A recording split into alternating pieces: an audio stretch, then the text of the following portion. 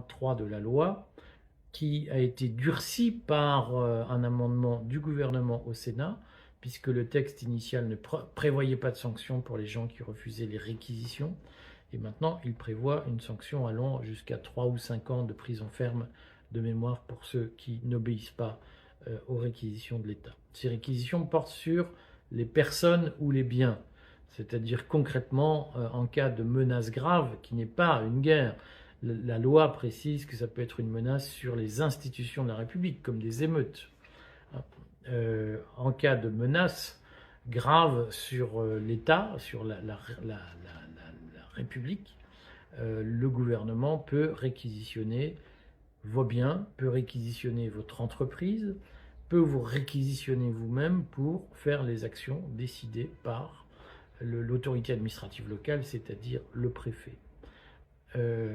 C'est évidemment une disposition nouvelle qui n'a rien à voir avec la programmation militaire et qui en dit long sur les intentions cachées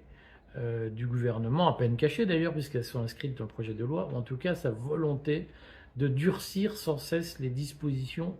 d'urgence ou les dispositions utilisables en cas d'urgence déclarée par le gouvernement. Ces dispositions constituent bien entendu une menace directe sur la propriété privée et on comprend l'usage qui peut en être fait un jour. Par exemple, on peut considérer qu'en cas de menace grave sur l'écologie, sur la situation écologique, l'État vous oblige à changer de domicile parce qu'il